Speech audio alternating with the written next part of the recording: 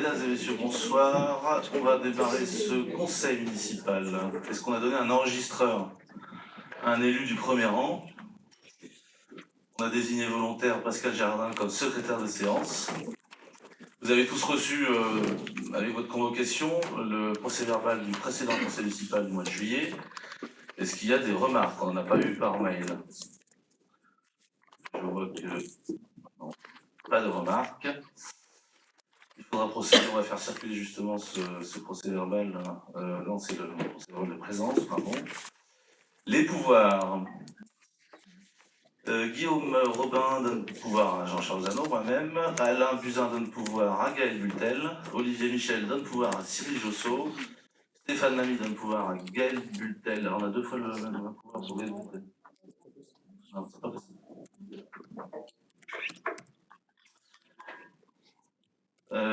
Hervé Carré donne pouvoir à Cécile Louis-Carpentier.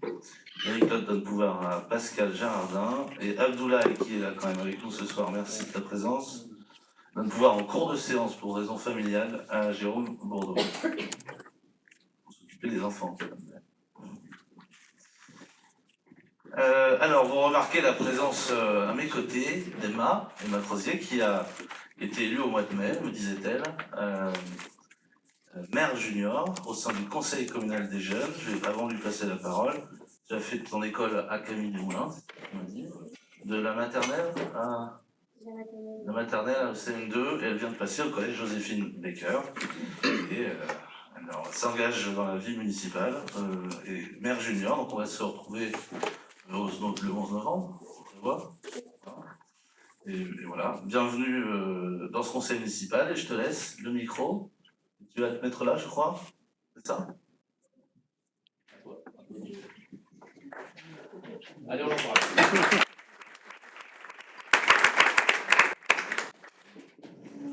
Alors moi, je vais vous parler du Conseil communal des jeunes, dit CCJ. Le Conseil communal des jeunes contient 33 jeunes dans 5 commissions, qui ont toutes travaillé sur un projet. Il y a la commission écologie, solidarité, la commission sécurité autour des écoles, sécurité et bonus, et la commission sport et animation. Je vais commencer par vous présenter la commission écologie. Nous avons fait un ramassage de déchets, mais malheureusement, à cause de la météo peu favorable et de la date qui a déjà été décalée, il y a eu peu de monde.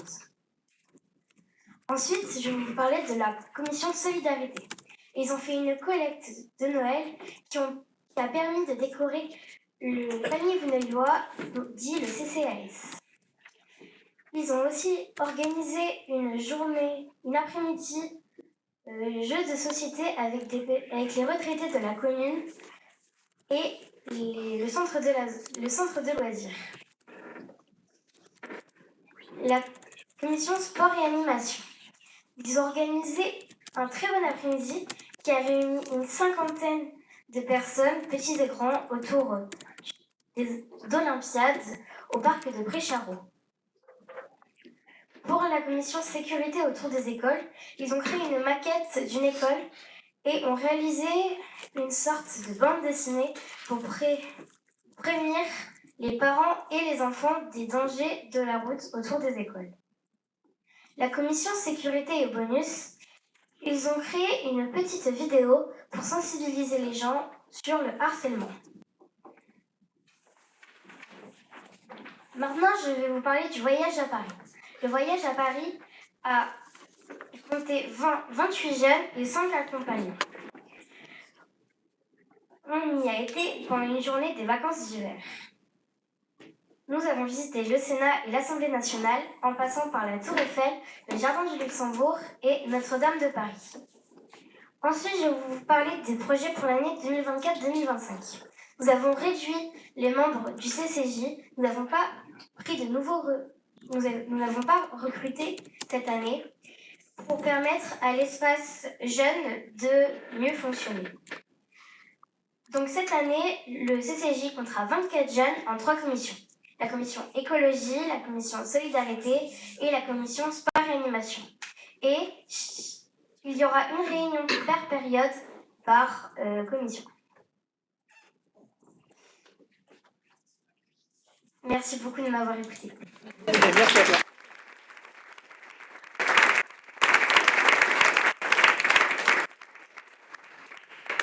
Bien, félicitations. J'ai remarqué, merci pour tout ce que tu as dit, pour ta présentation. J'ai remarqué que tu savais parler à la fois en regardant juste un tout petit peu tes notes, mais très souvent sans tes notes. C'est très rare, tu as beaucoup de talent oratoire. Continue comme ça, on a tout du souci à se faire. Alors, on a prévu, puisque juste allez, 2 minutes, tout le monde, tous ceux qui peuvent se lever et qui veulent bien, on fait une photo de l'ensemble des élus du conseil municipal. Donc, vous invite tous, toutes et tous, avec Emma, tu vas venir à mes côtés. On a Madame la Présidente, Monsieur le Vice-président, tous les élus à venir vous faire une photo ici rapidement. On en profite d'avoir tout le monde.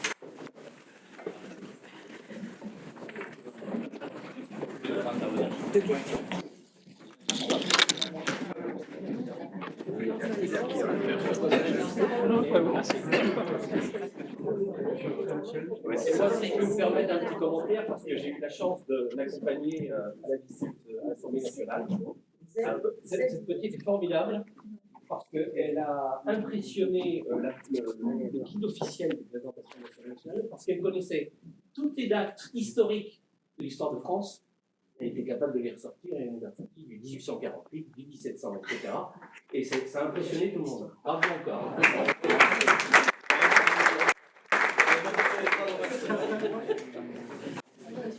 J'improvise.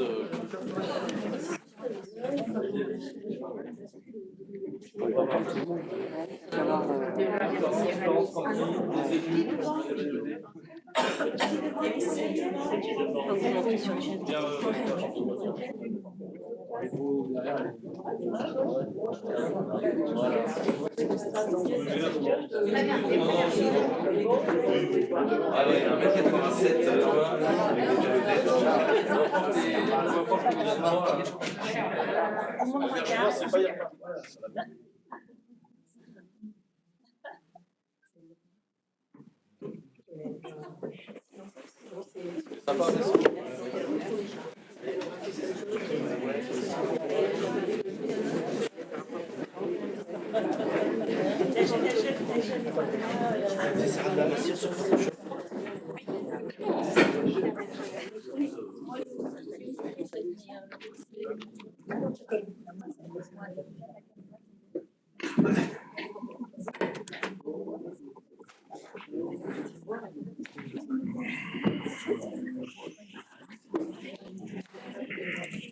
Alors, après Emma, la nouvelle maire junior, j'ai le plaisir et l'honneur d'accueillir Francky Angebault et Monsieur Granier, qui vont se présenter rapidement et vont vous présenter Vitalis et dans la politique de mobilité globale de Grand Poitiers. Merci Monsieur le maire. Donc oui, je suis ravi de venir vous voir ici. J'en profite peut-être que la présidence on fait le tour un petit peu des communes justement sur lesquelles il y a un peu quelques nouveautés sur cette rentrée. Juste quelques mots sur les mobilités Grand Poitiers. Vous le savez, depuis le début du mandat, on essaie d'améliorer autant que faire se peut en tout cas l'offre de services en matière de mobilité, notamment en matière de transport en commun. C'est vrai qu'il y a encore beaucoup d'enjeux et je pense que vous avez entendu parler du plan de mobilité qui va être présenté au prochain conseil communautaire fin septembre. Et on voit que les enjeux ne s'arrêtent pas là. Il y a encore beaucoup à faire pour pouvoir respecter les engagements du PCAET dans le cadre qui a été adopté à Grand Poitiers. Donc, juste un petit rappel, les émissions de gaz à effet de serre sur Grand Poitiers, 56% sont liées au transport. Donc, c'est vraiment l'enjeu majeur en termes de climat sur notre territoire. Donc, effectivement, depuis le début du mandat, on essaye d'améliorer l'offre de transport en commun. C'est pas toujours simple, ça coûte aussi un peu d'argent, hein, clairement, on ne va pas se mentir là-dessus. Le fait d'avoir augmenté le versement mobilité à l'échelle de Grand Poitiers, donc c'était en 2020. Et en 2022, peut-être qu'on avait voté, je ne me souviens plus trop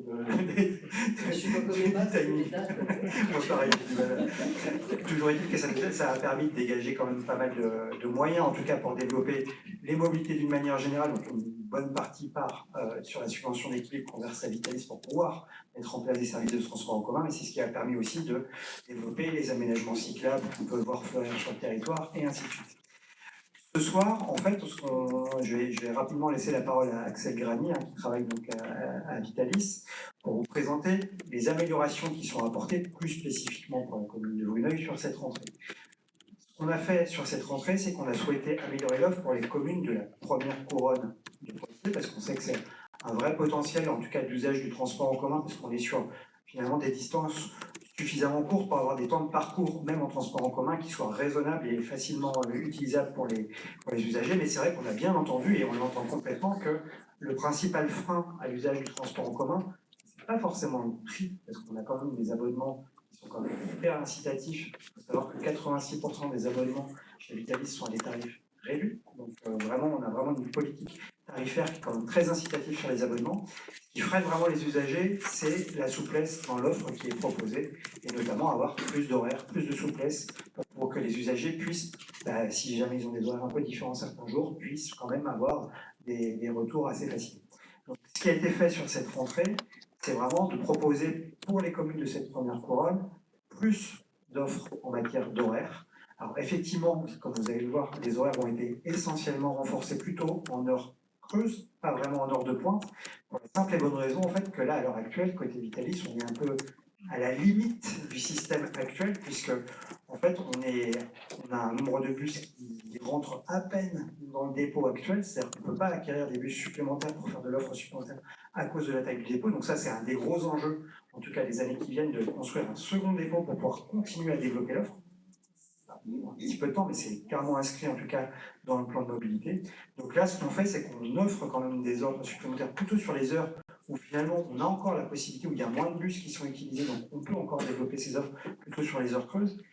Ça peut paraître moins répondre aux besoins, mais malgré tout, ça répond quand même à une demande, parce que ce qu'on entend souvent, c'est que les gens nous disent oui, les horaires, ça va à peu près, mais imaginons que j'ai une urgence, que je dois rentrer parce que mon enfant est finalement malade, que je dois récupérer à l'école, ou ce genre de choses.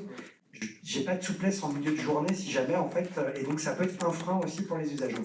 On propose ça sur cette rentrée. Alors, si on en parle aussi, c'est que on le met en place pour cette année. Si jamais ça rencontre pas son public, on n'est pas à l'abri que l'an prochain on décide de mettre un peu moins d'horaire si jamais, en fait, on ne va pas faire rouler des bus à vide parce que ça coûte de l'argent, puis d'un point de vue environnemental, c'est pas une bonne solution. Donc, clairement, la communication de Grand Poitiers de Vitalis, on fait tout ce qu'on peut pour faire en sorte que tous les habitants aient l'information, mais on sait que les élus municipaux sont des très bons relais d'information auprès des administrés pour faire connaître ces nouveautés et faire en sorte qu'il y ait de plus en plus de gens qui utilisent le transport en commun. Je ne vais pas être plus long et je vais laisser la parole à Axel Grani qui va vous détailler un petit peu toutes ces nouveautés de la rentrée. Merci beaucoup. Je vais me mettre pour faire des fiches de slides.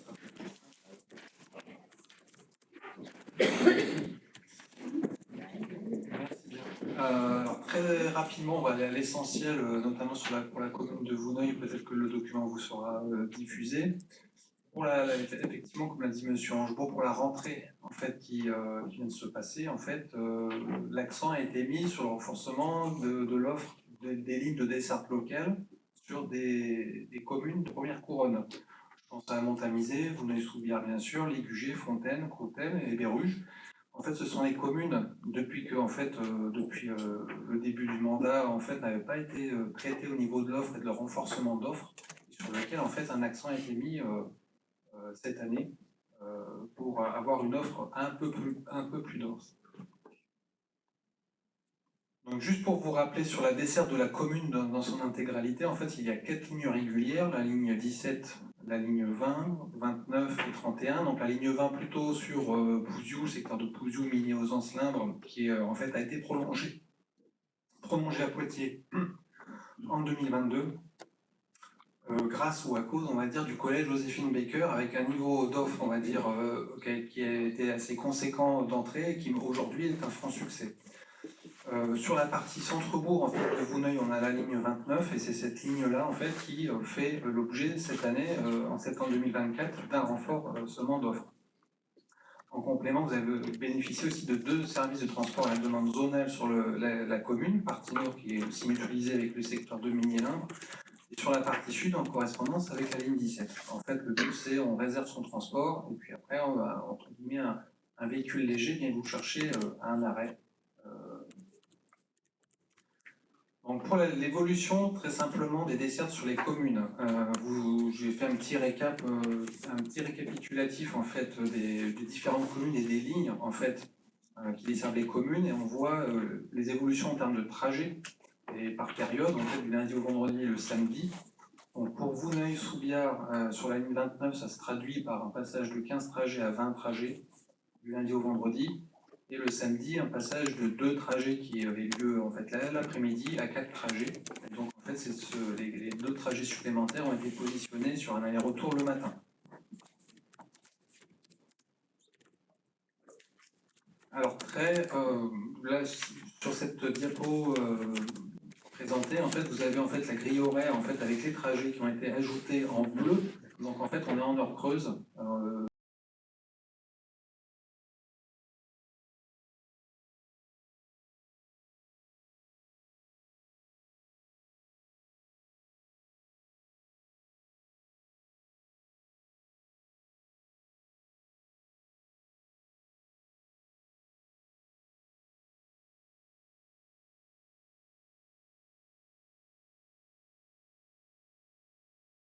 Donc on est sur port public, donc qui sont mis aussi en appel d'offres cette année pour la rentrée prochaine.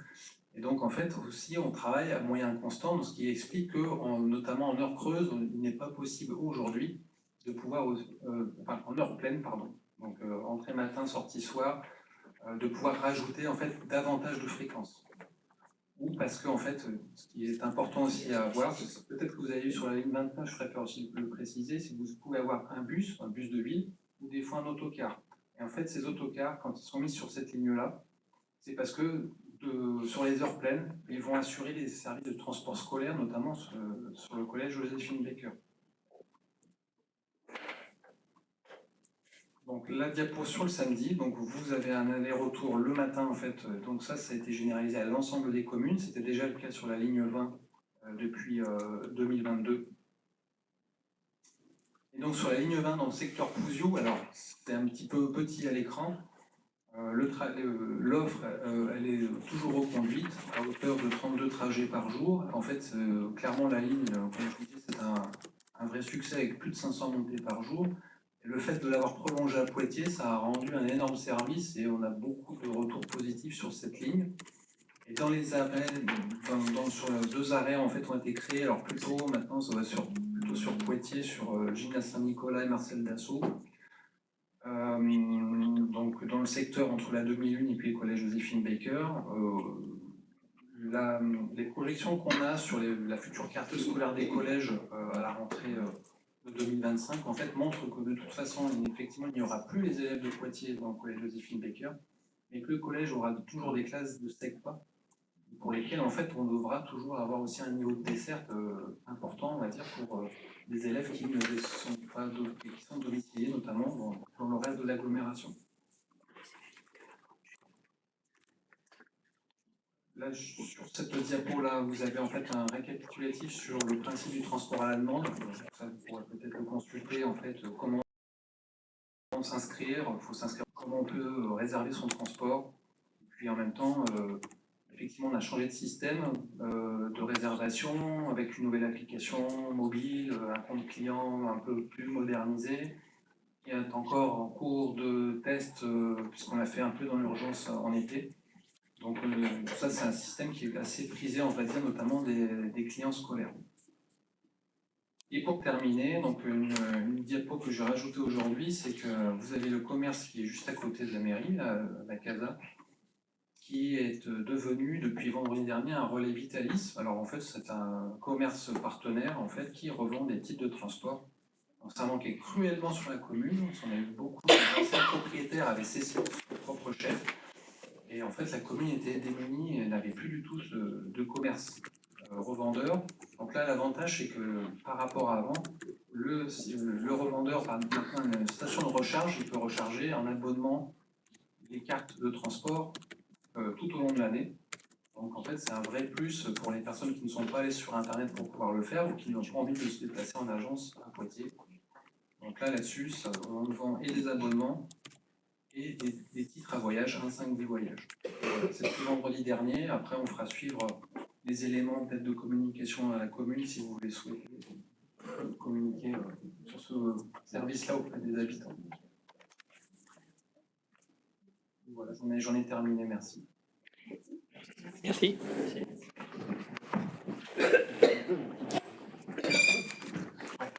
Juste pour terminer, quand je vous disais tout à l'heure de ne pas hésiter à en faire la promotion, c'est que, en fait, quand je disais qu'une ligne qui ne fonctionne pas, ben, on peut être amené à faire le choix, en tout cas, de la retirer suivante pour des questions pragmatiques, économiques, mais aussi environnementales.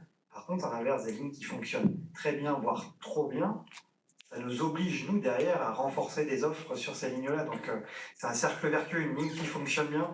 Enfin, typiquement, c'était le cas sur la ligne 33, qui a été créée pour faire Chauvigny-Poitiers, qui a connu un grand succès, mais clairement aussi parce que les élus de Chauvigny, les élus de Saint-Julien et tout ça, ont vraiment fait de la promotion sur le terrain auprès des habitants pour dire il y a cette nouvelle ligne, profitez-en et autres. Ce qui fait que ça fonctionnait tellement bien qu'on a été obligé de renforcer les fréquences parce qu'il y a certains jours où les gens ne pouvaient plus monter dans le car parce qu'il était plein. Donc voilà, c'est aussi ce message-là que je voulais passer. On compte sur vous en tout cas pour faire la publicité de ces services-là parce que sinon, si ça ne fonctionne pas bien, on risque de prendre des décisions qui sont à contre-cœur pour nous et qui ne vont pas répondre à vos besoins de vos habitants. Voilà. Eh bien, merci beaucoup. Est-ce qu'il y a des questions, des interventions? Oui, Olivier Ferraud. Oui, moi je pense qu'il y a une ligne qui pourra aussi très bien marcher. Monsieur Granier a la gentillesse de nous répondre, c'est la ligne 17, parce que vous avez parlé que de la 29. Mais on a une ligne 17 qui a une grosse fréquence, qui s'arrête aux portes de Vouneuil. Et j'expliquais que 5 minutes de trajet supplémentaire, ça alimentait tout le bourg pour rejoindre Poitiers avec des fréquences, la fréquence du 17. Et la réponse a été que c'était pas possible. J'ai quand même compris que vous avez des réflexions plus tard, que vous pouvez l'envisager dans une structure, puis ça serait bien, j'insiste, parce que je pense vraiment que cette ligne-là, vous en parliez de Chauvigny et Poitiers, là, toucher le bourg, ça simplifierait beaucoup les trajets. Et j'ai retenu aussi que vous étiez aussi capable de faire du...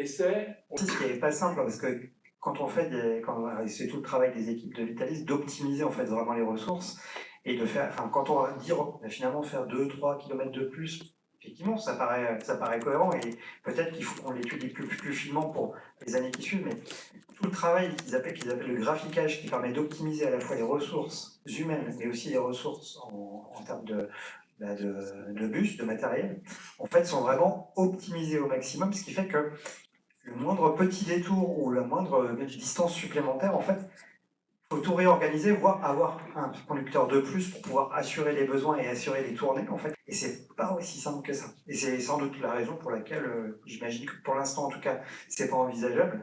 Mais en tout cas, nous, on est preneurs aussi des besoins qui viennent du terrain, parce que typiquement, en fait, on sait bien. C'est un vrai besoin. Ouais, ben si c'est un vrai besoin, il faut qu'on le prenne en compte dans les prochaines études. Je ne peux pas vous garantir que ça sera possible dès la rentrée prochaine. Là, ça sera de toute façon pas possible avant, ça c'est certain.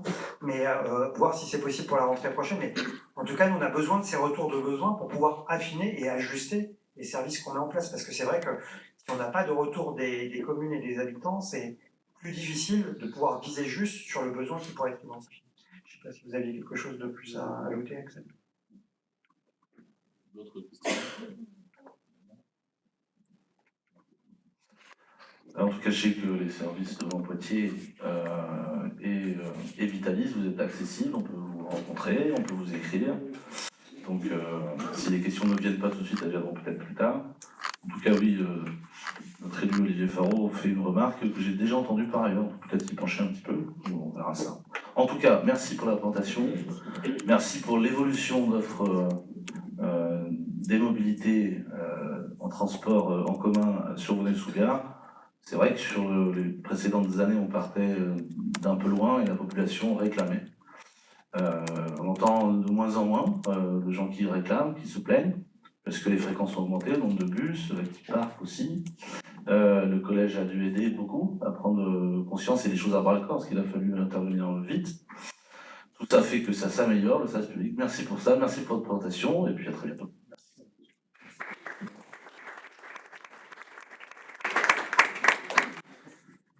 Je passe la parole à Madame la Présidente. Madame la Présidente, vous allez nous présenter le rapport d'activité 2023 de la communauté urbaine de Grand Poitiers, avec l'un de vos vice-présidents, j'en suis moi-même, toute votre équipe de vice-présidents. Vous travaillez ardemment, je le sais, au service de l'intérêt collectif des habitantes, non pas seulement des habitants et des habitantes de Bonnay-sous-Gard, mais de l'ensemble de Grand Poitiers, qui représente aujourd'hui presque 200 000 euros. On va attendre le prochain 200 000 personnes, pardon. Excusez-moi. 200 000 personnes, habitants. On attend le prochain recensement. Je vous laisse présenter. Alors, monsieur le maire, merci tout d'abord pour cette invitation. De combien de temps est-ce que je dispose désormais pour résumer 85 pages? Oui, Madame la Présidente, la concentration vous avez vu, Oui, 20 minutes, mais je peux faire plus vite. L'idée surtout, donc, d'abord, moi j'ai vraiment grand plaisir à venir présenter ce rapport chaque année dans les communes quand elles le souhaitent, puisque l'idée c'est vraiment d'aller à la rencontre des élus communaux, puisqu'un maire, on le sait, quand il revient de Grand Poitiers, il ne peut absolument pas ramener tout le détail de tous les travaux. Enfin, quelquefois on a 100 délibres dans un conseil, donc c'est impossible de vous faire des retours. Donc l'idée est vraiment de vous synthétiser en quelques mots l'action de Grand Poitiers sur l'année 2023 en l'occurrence, avec un champ de compétences qui est très très vaste à Grand Poitiers. Donc je vais faire l'impasse sur la mobilité. Je pense que là ce coup-ci c'est bon, on a la chance d'avoir eu le vice-président en direct, donc pas de souci. Le document est consultable sur le site internet, et puis je crois qu'on en a quelques versions papier, voilà, qui seront à votre disposition si vous le souhaitez.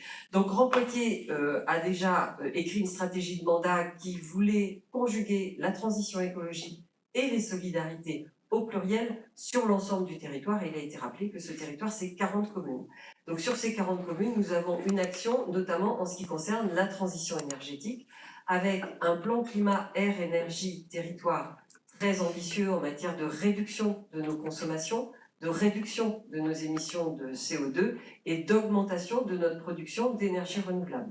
En matière d'économie, eh bien, nous avons fait un gros boulot avec une formule financière très attractive pour la diminution de nos charges d'électricité dans l'éclairage public. Donc là, il y a eu une modernisation de ce réseau d'éclairage public, et on a d'ores et déjà économisé 1,4 million de fonctionnement dès la première année, alors que tout le réseau n'a pas encore été entièrement rénové. Donc c'est même au-delà des objectifs qu'on s'était fixés. Et puis, on a tout l'accompagnement que l'on peut faire aux collectivités. Vous êtes vraisemblablement sollicités pour des installations, soit de champs photovoltaïques, d'éoliens un petit peu moins sur nos communes un peu urbaines, périurbaines, mais en tous les cas, on a un peu de tout dans les porteurs de projets. Madame l'adjointe est au courant de tout ça.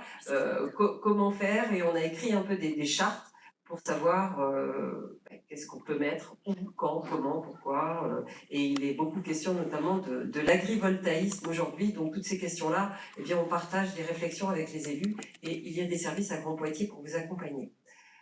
Compétences déchets, économie circulaire également. Donc là, nous étions une collectivité plutôt pionnière et plutôt au rendez-vous du grand changement au 1er janvier 2024, avec l'obligation de trier les biodéchets à la source.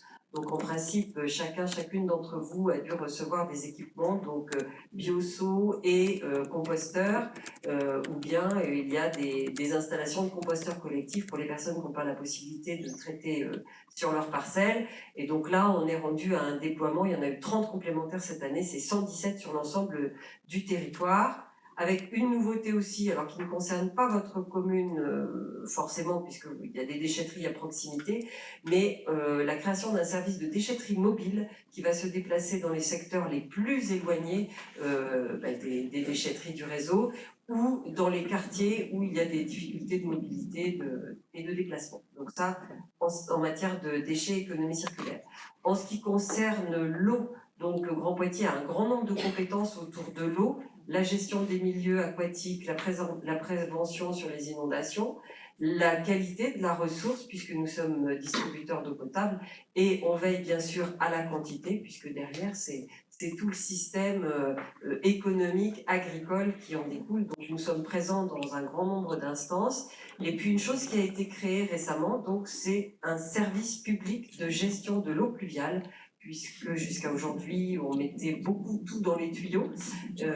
Aujourd'hui, on déconnecte un petit peu tout ça, on essaye d'infiltrer l'eau là où elle est, donc ce qui engendre des nouveautés dans la gestion des travaux de voirie notamment. Et puis ça désencombre un petit peu nos stations d'épuration.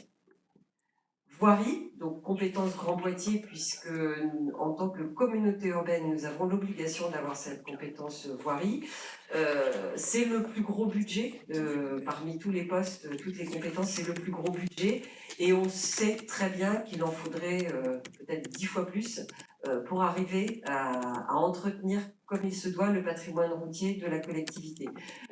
Ce budget, il est conçu simplement par l'apport de ce qu'avaient donné les communes. On avait fait la moyenne des travaux exécutés sur chaque commune et puis chacune verse chaque année cet argent qui nous sert pour faire les travaux. Donc ce système-là, on sent bien qu'on en arrive au bout puisqu'on n'aura jamais la capacité de faire les travaux nécessaires. Donc au niveau de Grand Poitiers, puisqu'on a réussi depuis 4 ans maintenant à redresser notre budget, à pouvoir dégager quelques capacités d'investissement complémentaires, et donc on a décidé là de consacrer 1 million par an sur les 3 dernières années du mandat sur du gros entretien routier. Donc sur la base d'un diagnostic qui a été fait, on a des voiries qui sont classées de 1 à 5, avec le 5 c'est vraiment très très dégradé, et donc aujourd'hui on va consacrer 1 million, donc là il va y avoir tout un chantier dans les comités locaux pour déterminer les priorités, mais ça il y a tout un travail de fait, je pense qu'il y a des élus chez vous, voire des techniciens qui sont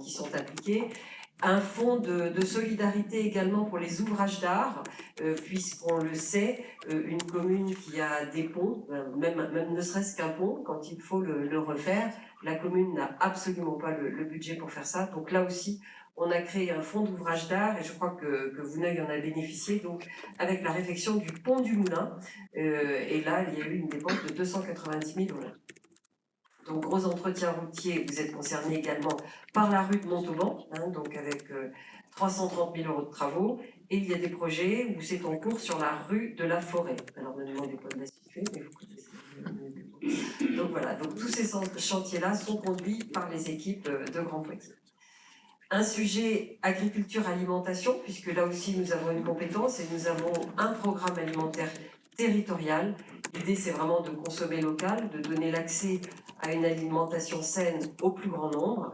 Donc on travaille en lien avec les agriculteurs, on travaille sur toute la filière, notamment de la restauration collective, et bien sûr on essaye d'avoir à la fois une démarche de collectivité dans une commande responsable et à la fois de créer des initiatives sur le territoire pour aussi faire connaître ce savoir-faire et cette expertise qu'on a. Donc on a créé un premier forum de l'alimentation.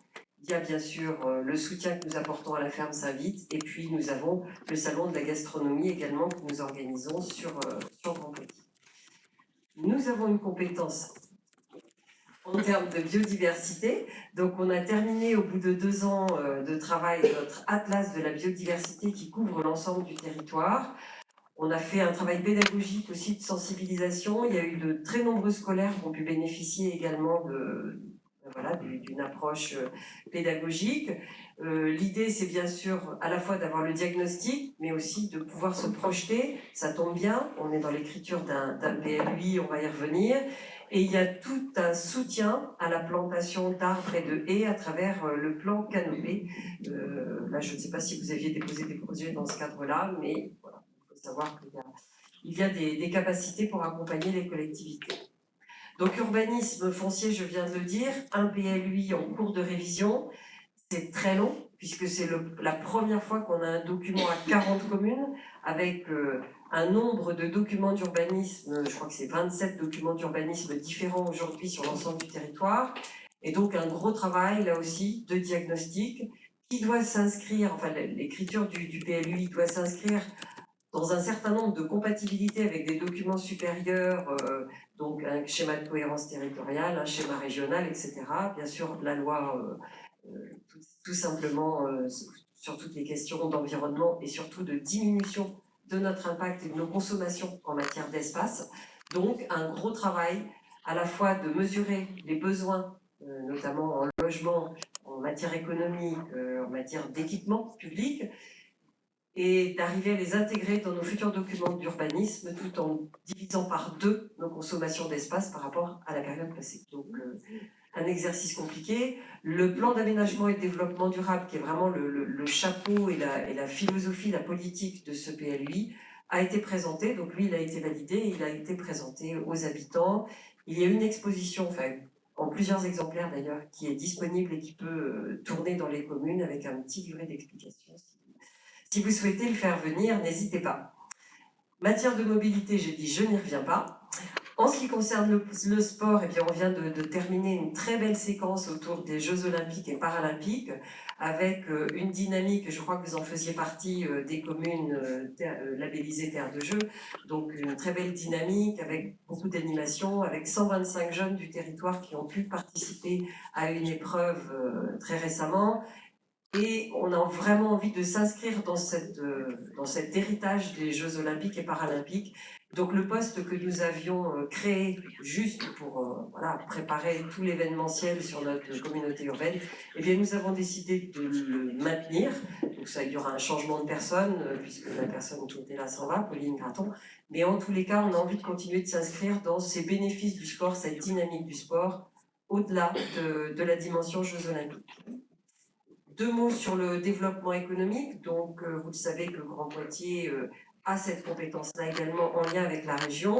Il y a toute une dynamique et de nombreux événements à la fois pour accompagner les employeurs, pour accompagner les entreprises qui souhaitent s'installer ou s'agrandir, mais également en faveur de toutes les personnes en recherche d'emploi, pour toutes les personnes en insertion, et un gros soutien à différents acteurs, notamment du champ de l'économie sociale et solidaire.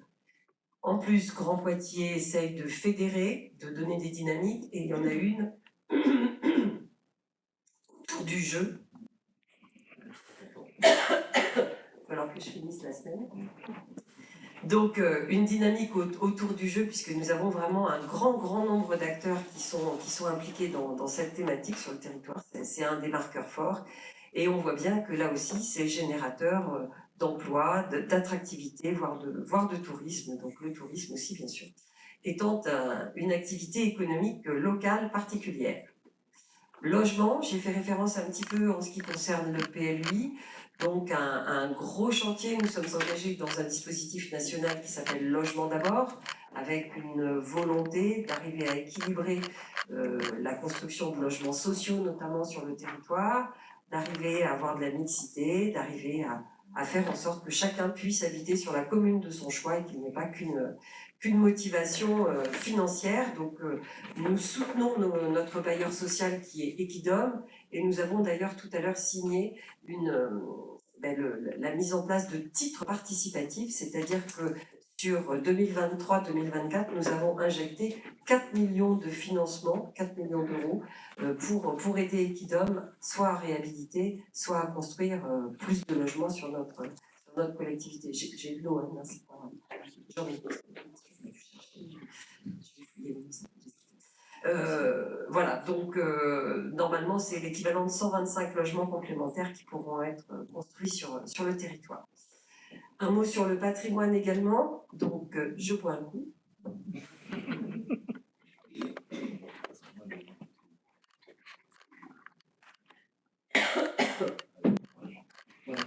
Patrimoine de Grand Poitiers, donc nous sommes en train de réaliser un schéma directeur immobilier. Nous avons un patrimoine colossal, bien plus important, toute proportion gardée, que d'autres collectivités de notre taille. On a un patrimoine important, mais surtout un patrimoine très dégradé. Donc, avec des capacités d'investissement, même si on arrive à en dégager un petit peu, qui sont très limitées. On a des équipements vétustes. Vouneuil, vous avez connu quand même la réfection d'un gymnase. Donc, le gymnase Colette-Besson, voilà. Donc là, il y a eu 600 000 € d'investis. Et c'est un des chantiers les moins chers.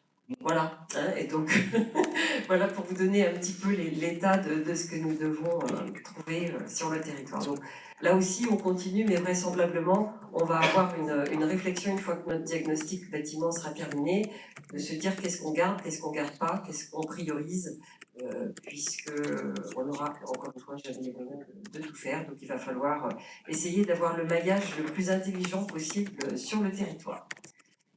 Voilà, j'ai balayé très rapidement ce rapport. L'idée surtout, c'est que vous puissiez poser des questions. Est-ce que j'enchaîne avec le pacte de gouvernance et qu'on fait à l'autre question ensuite? Voilà.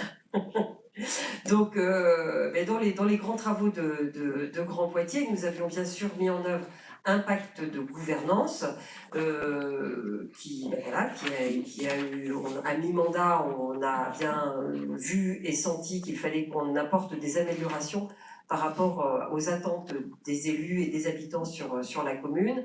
Notamment, ce qu'on se rend compte, c'est que dans nos anciennes petites communautés de communes, tous les maires étaient vice-présidents. À 40, c'est pas possible. D'abord, la loi nous l'interdit. On est maximum 15 vice-présidents. On a déjà depuis plusieurs mandats fait plus, ça fait 2 mandats qu'on a fait plus, en mettant des délégués du président ou de la présidente qui ont les mêmes fonctions, la même indemnité, mais bon, déjà, ça nous a permis d'avoir 30 élus, mais 40 élus, ce n'est pas possible, et en plus, on a le poids de population quand même d'une commune à l'autre qui doit compter aussi dans nos répartitions. Et donc, on a créé une nouvelle instance réunissant les élus du bureau et les maires, une instance qu'on a appelée le congrès, de façon à ce qu'il y ait plus d'échanges et de co-construction, d'arriver à travailler sur des consensus avec l'ensemble des maires qui ne sont pas toujours forcément dans le bureau. Donc ça, il y a eu une première réunion de ce congrès en tout début de l'été qui a travaillé justement sur le gros entretien routier. Donc vous allez en avoir les effets très prochainement.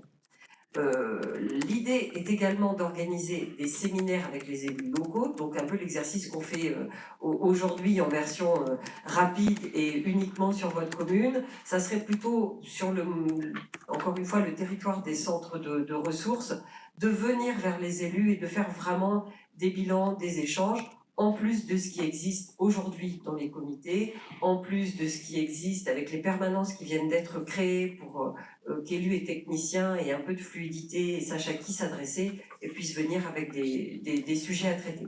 Donc, tous ces travaux-là mènent aussi à déconcentrer, c'était un de nos engagements, déconcentrer, décentraliser, avec l'idée qu'il y ait plus d'autonomie dans les centres de ressources, plus de réactivité, notamment sur les petites réparations de voirie du quotidien, le tout vraiment dans la volonté d'être au service des habitants du territoire, voilà, en proximité, réactivité, avec le plus de liens possible entre nos collectivités. Voilà en quelques mots les deux grands chantiers. Merci. J'ajoute que nous cherchons à l'échelle de Grand Poitiers des élus. On a reçu même une relance de mail pour le comité d'évaluation de suivi de cette d'évaluation des politiques publiques, donc de celle de Grand Poitiers. Donc comme on est là devant nous, il faut les inviter à prendre connaissance de cette information. Nous cherchons des élus qui n'ont pas, je crois que vous souhaitez... Alors, le principe, effectivement, c'est que là aussi, c'est un engagement de ce pacte, c'est de dire on va évaluer nos politiques, soit pour les réajuster, soit pour se dire ça on continue, ça on arrête, etc. L'idée est d'impliquer à la fois des élus du conseil communautaire, mais aussi, et peut-être surtout, des élus qui ne sont pas au conseil communautaire, de façon à avoir aussi le regard extérieur. Donc, si vous souhaitez, l'idée c'est pas de se réunir tous les 6 mois, hein, il y a au moins 2 rendez-vous par an, mais si vous souhaitez avoir plus de renseignements ou candidater pour cette évaluation, au final il n'y aura que 10 élus retenus, parce qu'il faut quand même que ça soit dans une dimension de travail, donc c'est pas parce que vous êtes volontaire que ça sera retenu, on essaiera d'avoir une représentativité du territoire. Des questions et des remarques sur ces deux présentations. Merci Madame la Présidente pour le pacte de gouvernance de Grand Poitiers et le rapport 2023. Merci de vous être déplacés jusqu'à nous. Toutes les présidentes, tous les présidents ne le font pas forcément, donc je tiens à le souligner. Et puis sur ce pacte de gouvernance, on va pouvoir prendre un deuxième élan pour aller jusqu'à la fin du mandat. Et je vous invite donc élus, alors ceux qui n'ont pas de délégation seront, enfin, certains postes seront privilégiés. Et moi j'ai fait partie du groupe de travail avec le maire avec Théo Saget, vice-président de Grand Poitiers, et le maire de Saint-Georges-les-Bergeaux, Éric Guirlanda. J'ai fait partie de ce groupe de travail. L'idée d'inviter des élus qui n'ont pas de délégation, qui ne sont pas adjoints, qui sont des conseillers municipaux, c'était vraiment d'avoir aussi un retour de ces élus sur l'image qu'ils ont en tant que, on va dire, un peu passe-plat, prêtez-moi l'expression, intermédiaire entre la population et Grand Poitiers. Vous savez, nous on est élus aussi au conseil communautaire et c'est difficile de résumer toute une action. Le rapport, je ne sais pas combien de pages il fait, mais 85, c'est beaucoup de... Et c'est déjà un grand travail de résumé, parce que dans les services, il y a beaucoup de monde, mais voilà, des fois ça paraît un peu distant. Donc s'il y a une bonne volonté, je ne vous demande peut-être pas ce soir, mais réfléchissez-y. On cherche le maximum de candidats, il va falloir répartir, et ça serait bien que vous n'ayez, pourquoi pas, une ou un représentante. Voilà. Merci beaucoup d'être venu à notre rencontre. Nous prenons acte qu'il n'y a pas... Ah, il va y avoir une question après. Avant, donc on prendra acte après. Merci. Bonsoir Madame la Présidente, Messieurs les Vice-présidents. Madame la Présidente, la communauté urbaine réalise sur notre commune et ailleurs, du fait des compétences qui lui sont attribuées, de nombreux aménagements, plus ou moins importants. Globalement, ces aménagements sont bien faits, mais nous voudrions signaler que parfois, nous pouvons, élus ou citoyens, avoir le sentiment de ne pas être informés sur des décisions et actions prises par la communauté urbaine et qui touchent le quotidien, notamment des Vouneuillois. Le dernier exemple concerne l'aménagement de la piste cyclable réalisée route de Parthenay. Elle est certes sur la commune de Poitiers, mais elle bénéficie largement aux habitants de Vouneuil, aux collégiens, voire aussi à ceux de Migné. Or, son tracé en S, qui impose de couper la route de Parthenay par 2 fois et s'arrête avant la piste de l'aéroport, nous semble discutable. Il y a sans doute des explications, donc j'en profite. Pourquoi l'aménagement n'est pas allé jusqu'à la demi-lune? Et là, je suppose que, monsieur, vous allez pouvoir nous répondre. J'aurai d'autres questions après. Ouais. Alors, juste pour revenir sur la manière dont on travaille, notamment sur les aménagements cyclables, ça se fait pas tout seul. Grand Poitiers ne travaille pas tout seul dans son coin. C'est la mission vélo, en fait, qui travaille généralement à la demande des élus des communes, en fait, sur certains itinéraires qui semblent importants ou intéressants. Derrière, la mission vélo regarde les aspects sécurité, réglementation, parce qu'on ne fait pas n'importe quoi non plus en termes d'aménagement cyclable.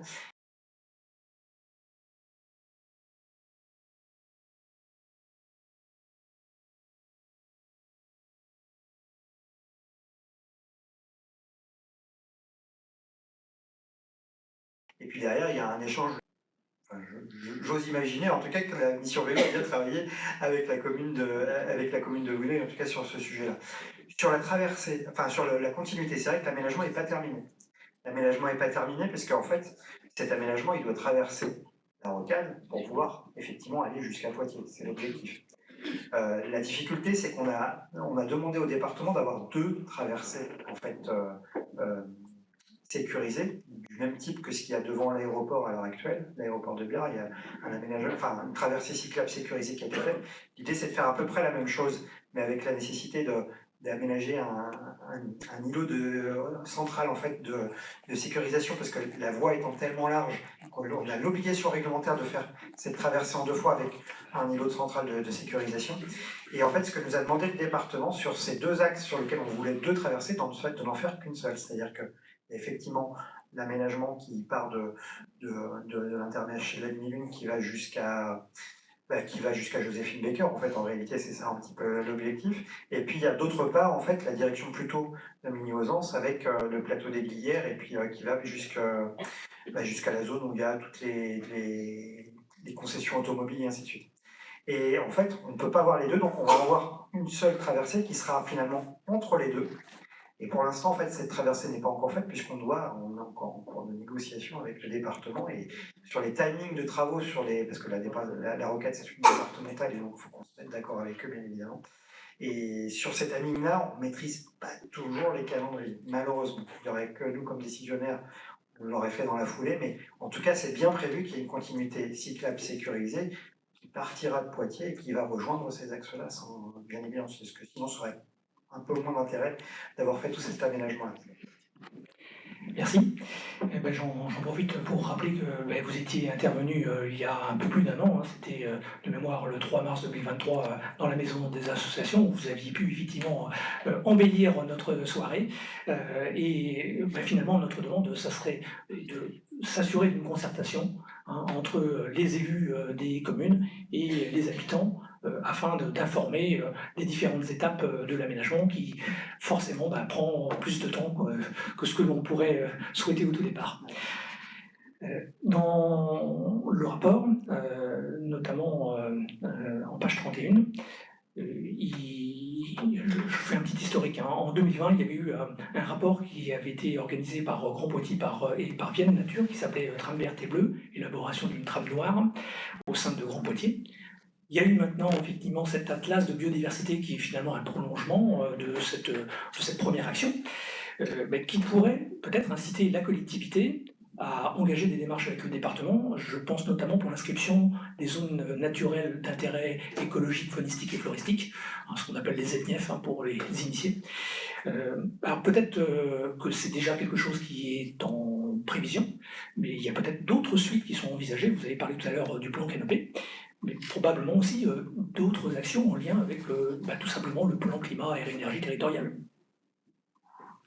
Alors le département a un dispositif qui sont les zones naturelles sensibles, donc il fait des acquisitions à ce titre-là, donc on travaille en concertation, mais ça se fait plutôt commune-département en fait, puisque Grand Poitiers n'a pas cette capacité, si vous voulez, à descendre à la parcelle de la commune pour négocier. En revanche, donc une commune et le département peuvent travailler sur ces acquisitions d'espaces naturels sensibles. Les communes ont également la capacité de travailler avec le conservatoire des espaces naturels pour, là aussi, des acquisitions de parcelles, des conventions d'entretien. En ce qui concerne les SNIEF ou les arrêtés de biotope ou n'importe quoi, il y a vraiment une démarche sur la base du diagnostic, mais il faut vraiment qu'il y ait une volonté des élus locaux. Après, ça pourra s'inscrire dans le cadre du PLU, etc., mais ça part quand même de la demande communale. Sur la base, effectivement, l'Atlas va nous permettre de repérer ces choses-là. Donc à partir de l'Atlas, finalement, les actions maintenant sont plus à la main de chacune des 40 communes pour pouvoir inscrire au sein de leur commune des actions particulières. Merci. En page 32, vous avez effectivement rappelé le soutien financier de Grand Poitiers grâce au conventionnement avec 4 opérateurs, c'est encore pour M. Angebault, par rapport à cette action de conventionnement. Est-ce que vous pouvez nous faire un premier retour, bien évidemment c'est peut-être encore un peu frais, sur la participation des poids de vin au covoiturage? Oui, sur le covoiturage, on a lancé, alors c'est une vraie demande de la part des acteurs économiques et notamment pour les acteurs qui sont sur des zones qui sont pas forcément bien desservis en transport en commun, on ne peut pas répondre aux besoins de tous malheureusement, et puis notamment pour les horaires décalés qui pour le coup sont compliqués à desservir en transport. Donc on a la demande de ces acteurs-là, on a mis en place un dispositif qui permet de cofinancer en fait le covoiturage. Alors ça passe par les opérateurs de covoiturage qui sont les opérateurs qui étaient déjà en place sur le territoire. On a fait ce choix-là de ne pas choisir. On aurait pu faire le choix de prendre qu'un seul opérateur, mais en réalité, le marché se partageait déjà quasiment de un tiers entre 3 des opérateurs. Donc on s'est dit c'est un petit peu dommage d'en choisir un, parce qu'en plus on aurait dû faire un appel à manifestation d'intérêt, donc on ne pouvait pas savoir à l'avance lequel serait désigné, et donc du coup on se coupait déjà de 2 tiers finalement en fait, de ceux qui fonctionnaient déjà pas mal. Donc on a fait ce choix multi-opérateur. Donc c'est un cofinancement qui se fait via l'application. Donc en gros les applications c'est donc BlaBlaCar, Deli, Caros, Mobicop et puis Klaxit. Alors Klaxit a été racheté par BlaBlaCar Deli depuis, donc maintenant il n'y en a plus que 3 au lieu des 4 initiaux, mais ça revient en fait à la même chose. Et donc en fait les covoitureurs de Grand Poitiers. Alors, il faut que le trajet soit démarre de Grand Poitiers ou arrive à Grand Poitiers, donc ça peut aussi dépasser notre ressort territorial. En fait, il y a un cofinancement automatique qui se fait via cette application et qui permet de financer le covoiturage et donc de faire en sorte d'être vraiment hyper incitatif, même si clairement le covoiturage, logiquement, de base, c'est économique. Quand on est à 2 dans une voiture au lieu d'un, ça coûte 2 fois moins cher par personne. Donc, mais pour lancer cette dynamique, voilà, on a souhaité faire ce cofinancement. On va le prolonger pour l'an prochain parce qu'on sait que le changement d'habitude, ça prend un peu de temps. Toujours est-il que sur les covoiturages qui passent par ces applications et qui donc passent après derrière via ce qu'on appelle un registre d'épreuves de covoiturage. Donc c'est une base nationale en fait dans laquelle tous les covoiturages faits par ces opérateurs sont répertoriés. C'est ça qui permet nous derrière après d'apporter, de payer en fait, parce qu'au départ c'est des applications qui avancent et après c'est les grands Poitiers qui payent. En fait, pour tous les covoiturages qui passent par ce registre de preuves, on voit qu'avec cette incitativité, ça a à peu près multiplié par 2 sur ce début d'année, en tout cas le covoiturage. Ça ne veut pas dire, là-dessus, mais il faut garder en tête qu'on n'a pas, via ces applications, tout le covoiturage. Il y a aussi beaucoup de covoiturage informel qui se fait entre des voisins qui travaillent à peu près au même endroit, qui font naturellement du covoiturage, et qui ne le font pas en passant via une application, donc du coup, malheureusement, qui ne bénéficient pas du cofinancement de Grand Poitiers. Donc on n'a pas cette visite globale, mais en tout cas, pour tout ce qui passe par ces registres de preuves, en tout cas, c'est plutôt une très bonne dynamique. Et ce qui est plutôt chouette aussi, c'est que Grand Châtellerault, qui s'intéressait au sujet, a calqué exactement le même dispositif sur son territoire. Donc ça permet aussi de démultiplier, parce qu'il y a aussi les habitants de Grand Poitiers qui travaillent sur Grand Châtellerault et inversement. Donc ça permet aussi de démultiplier les possibilités. Et puis à l'échelle du SCOT, on va voir si on ne peut pas essayer aussi d'embarquer le Haut-Poitou et les Vallées du Clin, qui viennent juste de prendre la compétence mobilité donc récemment. Donc ils ne sont pas encore forcément très organisés là-dessus et qui n'ont pas forcément beaucoup de moyens. Mais en tout cas, cette synergie-là à l'échelle du SCOT se travaille plutôt pas mal. On travaille bien avec les 4 PCI ensemble. Donc il n'y a pas de raison que ça ne fonctionne pas. Merci. Encore 2 questions, puis je passerai. Je ne vais pas trop la monopoliser. Page 53, vous parlez d'un groupe de travail créé en 2023, composé d'élus, notamment de Vouneuil, mais je ne sais pas effectivement qui de Vouneuil y participe, pour discuter de la création d'assemblées citoyennes locales. Pouvez-vous nous en dire quelques mots et les prochaines étapes envisagées ? Alors effectivement, ça fait partie des éléments qu'on avait annoncés dès le premier pacte de gouvernance et qu'on n'avait pas encore mis en œuvre. Donc là, on souhaite accélérer. Donc l'idée est de créer un petit peu comme l'Assemblée climat, si vous voulez, qu'il y a pu y avoir là dans le cadre du PCAET, de créer comme ça des assemblées pour vraiment être en contact, encore une fois, avec les habitants et les habitantes du territoire. Donc, mais j'ai pas de calendrier, j'ai pas forcément de thématique, mais ça c'est des choses sur lesquelles on peut revenir vers vous et vous compléter la réponse. Peut-être que l'élu de Vouneuil qui y participe peut peut-être compléter. J'étais porté candidat à l'époque, on avait imaginé la création, mais j'ai pas plus d'informations à te donner ce soir. Madame la Présidente vient de te répondre, en fait, avec un planning qui va se mettre en place pour 2025. Bien sûr. Et après, on va voir le co-construire tous ensemble, les citoyennes qui veulent, les élus. Et puis, je peux céder ma place, il n'y a pas de problème. C'est que moi, je suis engagé aussi dans le dialogue avec les citoyens et les citoyennes au maximum. Donc, j'ai levé la main quand il y a besoin d'aide, simplement. Merci. Donc, dernière question. C'est promis. Page 55, quelles sont les prochaines dates de comités locaux de territoire, notamment du centre de ressources centre ? Et est-ce que la commune de Vouneuil accueillera un prochain comité ? Alors, je n'ai pas le calendrier en tête par cœur, mais ça aussi je peux vous le faire passer. On demande systématiquement quelle est la prochaine commune qui peut nous accueillir, donc on peut regarder si Vouneuil est candidate, s'il y a une salle de libre. Mais bon, là, on vous fera passer le calendrier, j'ai pas les dates en tête. Merci Monsieur le maire pour ce prochain comité peut-être à Vouneuil. Bien sûr, on est toujours prêt à accueillir les élus en Poitiers. Le prochain est à Biard, me dit-on dans l'oreillette. On me dit dans l'oreillette que le prochain est à Biard, mardi prochain. Oui, c'est vrai, ça me dit quelque chose déjà. Avec une visite des travaux de Vouneuil-sous-Biard notamment. Ouais. Voilà.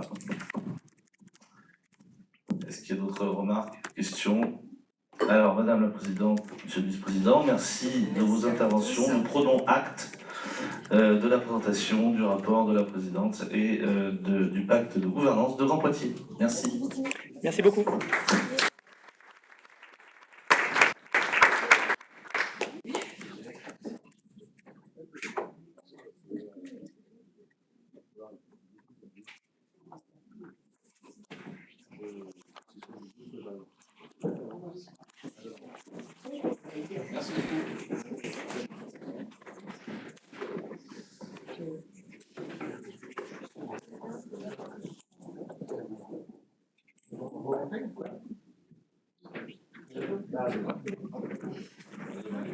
Bon retour en vélo. Ouais, merci. Ça me permet justement de voir les derniers aménagements qui ont été faits de la CCI là. Ça m'a permis de passer et de voir après j'étais pas encore passé. Voilà. Merci. Merci. Au revoir, monsieur. Bonne soirée. Merci. Au revoir. Merci à toutes et à tous. On va reprendre le fil de ce conseil municipal avec la délibération numéro 3, présentée par Pascal Charatin, qui arrive, avec la modification de la composition des commissions municipales et quelques ajustements. Pardon. Alors, on en avait discuté avant l'été, suite aux démissions qui avaient eu lieu sur le mois de juin. Donc, vous avez eu la liste des nouvelles commissions avec l'ajout des personnes qui ont pris place et lieu dans ce conseil municipal. Voilà, c'est juste une régularisation. Je ne sais pas si vous avez des questions à ce niveau-là. Oui, Géraldine.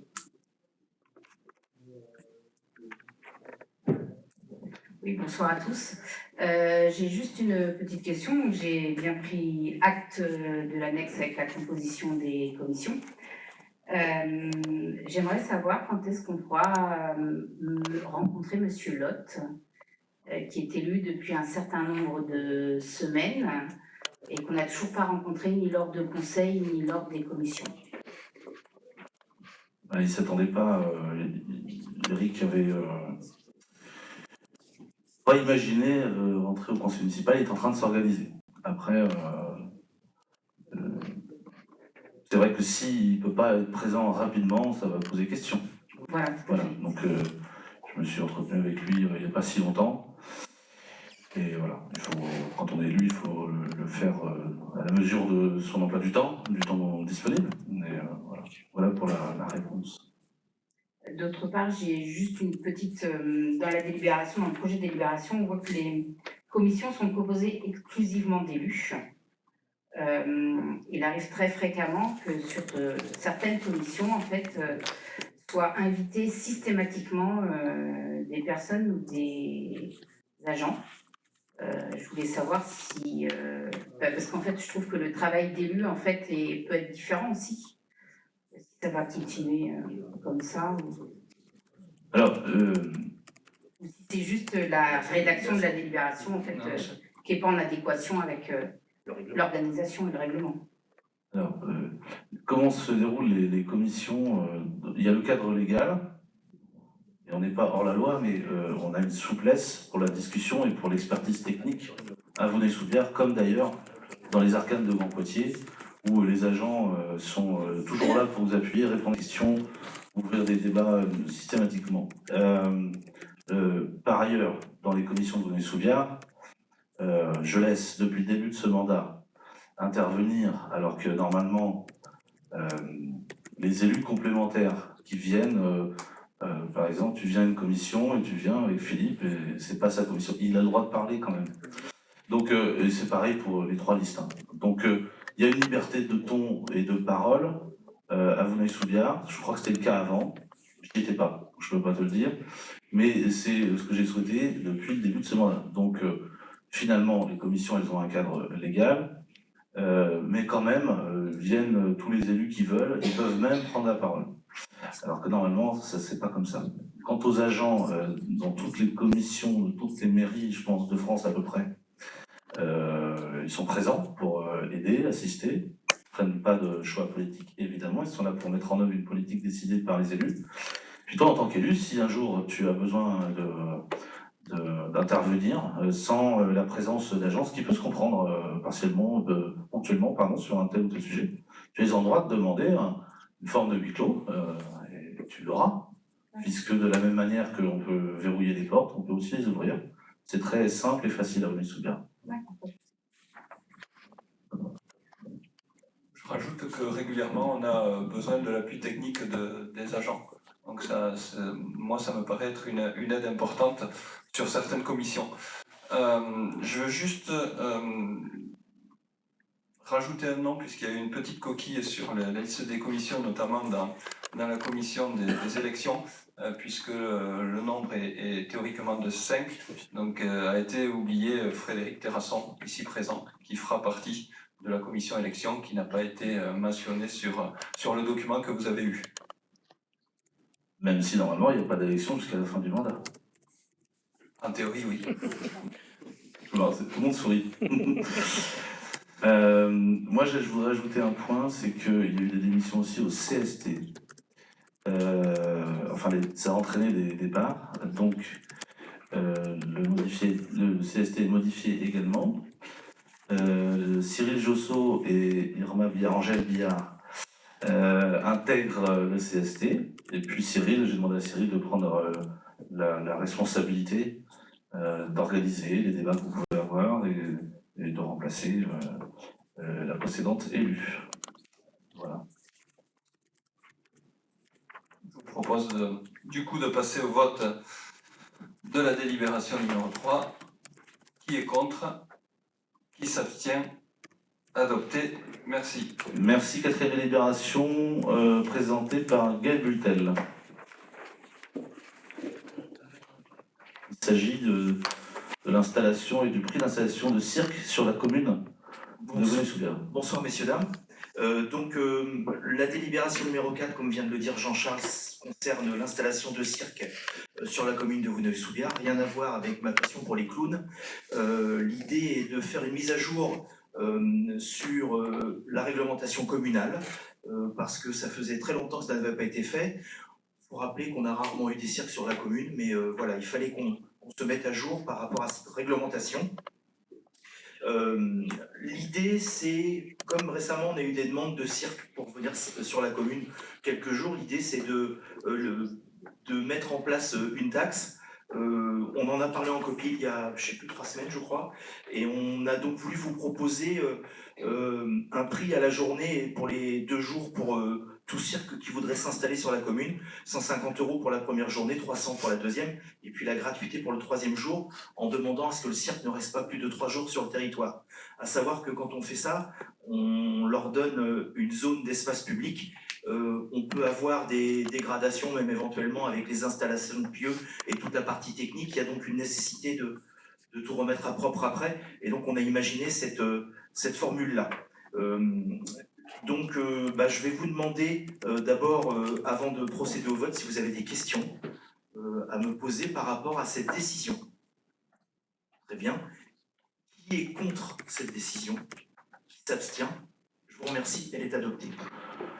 Merci. 5e délibération, changement d'affectation du stade des Arches. Il s'agit bien évidemment, dans la continuité de notre projet, de la création d'un centre-bourg à Poujols-la-Jarry pour la commune, le secteur nord de la commune. Aujourd'hui, il est actuellement, en termes urbanistiques, affecté à un terrain de foot. Et comme vous le savez, il faut changer l'affectation afin de pouvoir avoir une section cadastrée qui réponde aux normes et qui ne soit plus surtout un terrain de foot. Est-ce qu'il y a des questions sur cette délibération ou des remarques? Oui. Cécile Le Carpentier a gagné le match de la classe. Alors moi, nous on a une question, c'est que dans la délibération, il est acté et clairement utilisé que l'usage sera affecté à du service commerce et habitation ou habitation. La surface AH99 comportait le projet avec un espace vert derrière qui avait été demandé, qui avait été proposé en réunion publique, avec des équipements publics. Or, l'usage actuellement est sans espace vert et sans équipement public. Tu peux nous expliquer? Le terrain AH99, c'est le terrain de foot, on est d'accord. Sur le terrain de foot, il y avait une partie qui était proposée comme constructible, donc le commerce, le service. Il y avait aussi la halle qui mange pour partie sur le stade de foot, donc ça c'est un équipement public. Et derrière les logements, il avait été proposé ou réfléchi ici même de mettre, donc on a proposé un emplacement réservé, un parc urbain ou autre chose. Or, dans la délibération telle qu'elle est rédigée aujourd'hui, ni l'espace vert ni l'équipement public n'a été mentionné. Donc on veut savoir pourquoi. Parce qu'il y a nécessairement, tout n'est pas construit, tout n'est pas artificialisé, donc il y a nécessairement des espaces verts, même accompagnant une offre de services, des logements, nécessairement. Et le but de cette délibération, c'est principalement d'enlever l'affectation au domaine sportif, à visage de terrain de foot, principalement. Oui, mais quand tu fais une délibération et que tu sais que derrière il y a d'autres projets qui peuvent aboutir ou pas, la question c'est pourquoi vous ne mettez pas entièrement l'usage tel qu'il avait été discuté, de façon aussi à rassurer les gens. Parce que là, en l'occurrence, la AH99, elle comprend service, commerce, habitation.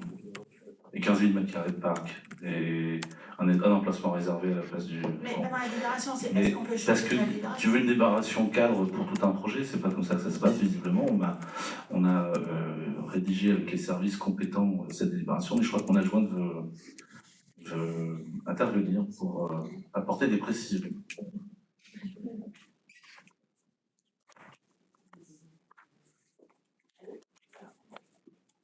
Il faut bien le relever des fois, ça faut qu'on fasse.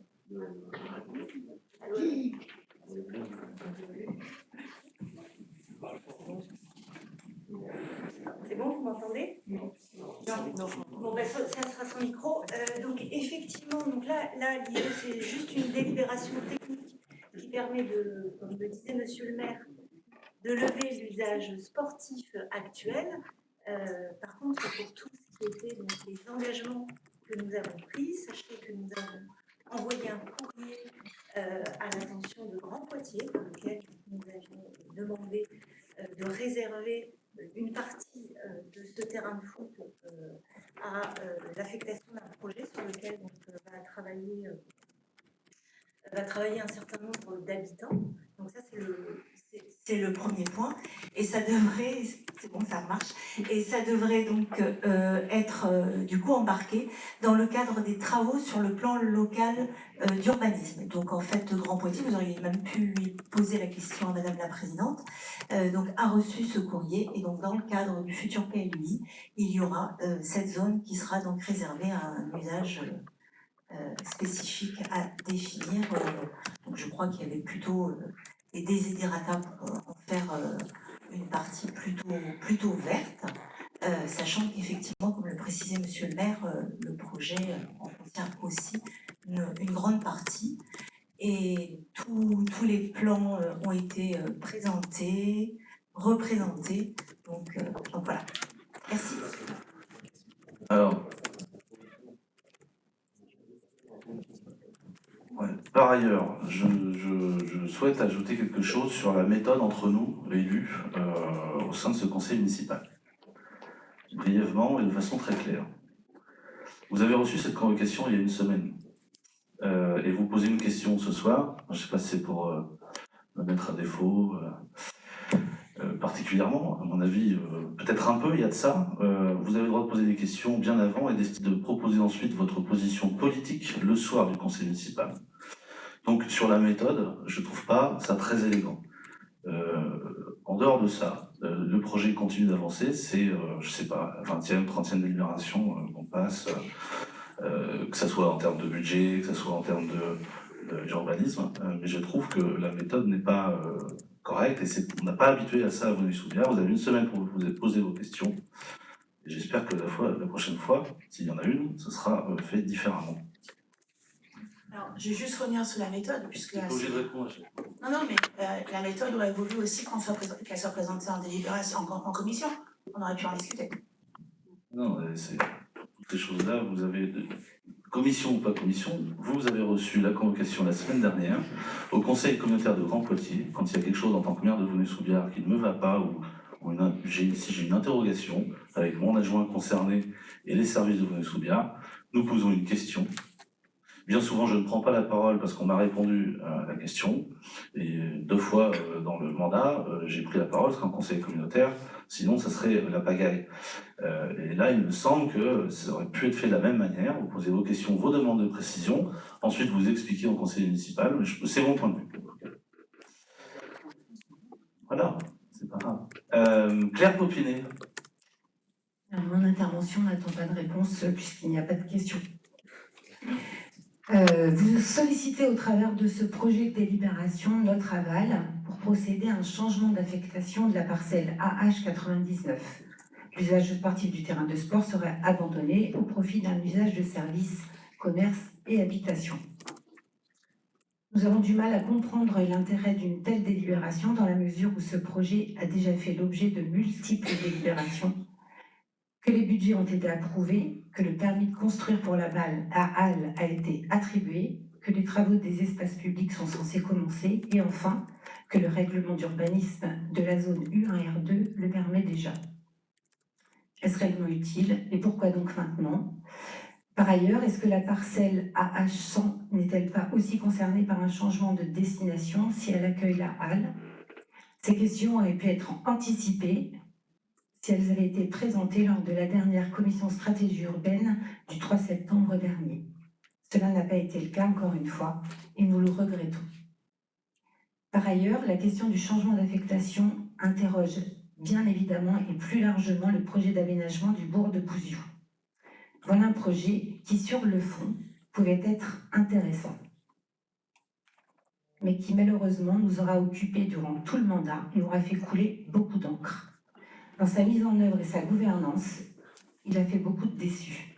Cet été encore, un chef d'entreprise nous a dit renoncer et s'installer ailleurs. Pour toutes ces raisons, nous nous abstiendrons. Merci pour ce point de vue, qui n'est pas partagé par l'équipe majoritaire, bien évidemment. Quant à cette délibération, elle est, on l'a dit Sonia Benani, c'est une délibération technique. On ne peut pas déroger au code de l'urbanisme. C'est une décision, c'est une délibération qui vise à respecter le code de l'urbanisme. C'était un terrain de foot, ce ne sera plus un terrain de foot. Et il faut, un terrain sportif d'une manière générale, et il faut le marquer clairement. Que ce soit voté en conseil municipal, nous déroulerons tranquillement avec l'aide des services. C'est pas moi qui propose cette délibération, c'est les services qui me disent attention, il faut faire ci, il faut faire ça, dans l'ordre. Et toutes les délibérations qui ont été votées avant, comme tu l'as bien dit d'ailleurs, étaient stratégiques sur notamment le montage financier, le budget, les ressources en financement et l'organisation en lui-même du projet. Voilà. Là maintenant, on est dans une délibération somme toute assez administrative, mais nous savons que vous auriez probablement fait différemment, vous voyez les choses différemment, on peut l'entendre. Quant au débat, la ritournelle, commission, vous avez discuté, j'étais présent, je serai maintenant présent dès que je le pourrai, à l'urbanisme, pour seconder et pour apporter aussi et rétablir certaines contre-vérités. Mais une délibération technique dans une commission n'a pas lieu d'être. Les choix politiques doivent être discutés en commission, les choix stratégiques, les budgets, mais les délibérations techniques qui en découlent n'ont rien à faire dans une commission. C'est comme ça dans toute la France. Voilà, merci pour vos interventions. Donc, qui est contre? Qui s'abstient? C'est adopté, merci. Alors, les délibérations 6, je passe le micro à Virginie Fallour, 6, 7 et 8. Alors, délibération numéro 6, la tarification sociale des cantines scolaires, reconduction et modification. Donc, il s'agit d'une convention liée à la loi Egalim qui est en place depuis 3 ans. La commune de Venay-sous-Biard a fait le choix de s'inscrire dans ce dispositif en juin 2021. Cette convention arrive donc à échéance. Il faut donc procéder au renouvellement et intégrer la bonification de l'État. Cette subvention passe donc de 3 € à 4 €. Les coefficients familiaux de 0 à 1 000 € se voient donc appliquer un tarif plafond de facturation à 1 €. Avez-vous des questions? Qui est contre? Qui s'abstient? C'est adopté, merci. Je continue avec la délibération numéro 7, séjour des vacances de la Toussaint en tarif 2024. Dans le cadre des activités proposées aux jeunes de la commune, il est proposé un séjour de 3 jours pour 12 enfants pour les vacances de la Toussaint 2024. Les dates retenues pour ce séjour sont du 21 au 23 octobre 2024 pour les 5-6 ans à Lezette en 79. Le coût global du séjour par enfant est estimé à 326,58 €. Ce séjour sera construit autour d'activités à la ferme au sein du centre Loup-Garou. Les propositions de tarifs pour les séjours de Lezé sont appliquées du COEF 1 à 49 € jusqu'au COEF 11 à 212 €. Et pour les enfants hors commune à 326 €. Avez-vous des questions?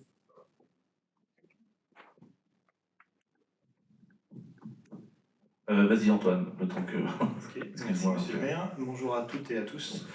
Nous voterons pour cette délibération pour que ce séjour de Toussaint puisse se réaliser et profiter aux enfants de Vouneuil. Mais suite aux échanges et notre questionnement en commission éducation du mois d'août, nous sommes surpris sur 2 choses. La première est d'entendre nous répondre que les quotients, le tableau des quotients sont plus simples et plus clairs, contrairement au taux d'effort, alors que celui-ci a été pourtant voté en mai dernier et mis en place sur le périscolaire et la cantine, dont on vient de voter. Et avoir le peu de participation aux réunions d'information, je pense que tous les parents d'élèves ont pu comprendre le taux d'effort. Donc ça c'est une première chose. Et la deuxième chose, c'est ce changement du nombre de quotients dans les tableaux. On est passé de 8 à 11. Là encore, je reste étonné comme en commission. Donc pourquoi ne pas avoir utilisé le taux d'effort qui lui permet un lissage et un prix au plus juste par rapport au niveau familial? Sur le conseil municipal du 10 mai, il n'a pas été voté que les tarifs des séjours devaient être appliqués avec un taux d'effort. Nous, on est resté sur le coefficient familial, qui est beaucoup plus simple et plus clair pour les familles. Pour lire les tarifs, on trouve que c'est beaucoup plus facile pour retrouver le coût d'un tarif à une famille que sur un taux d'effort. Je vais ajouter autre chose, c'est que tu n'as pas encore eu la chance d'être élu, mais je le souhaite un jour. Attends un peu, on verra. Mais quand on est élu... Ça c'est une ritournelle. Ouais. Non mais c'est aimable ce que je dis, c'est pas méchant.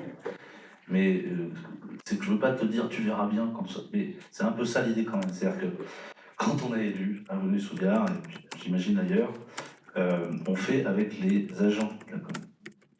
On fait avec le temps agent.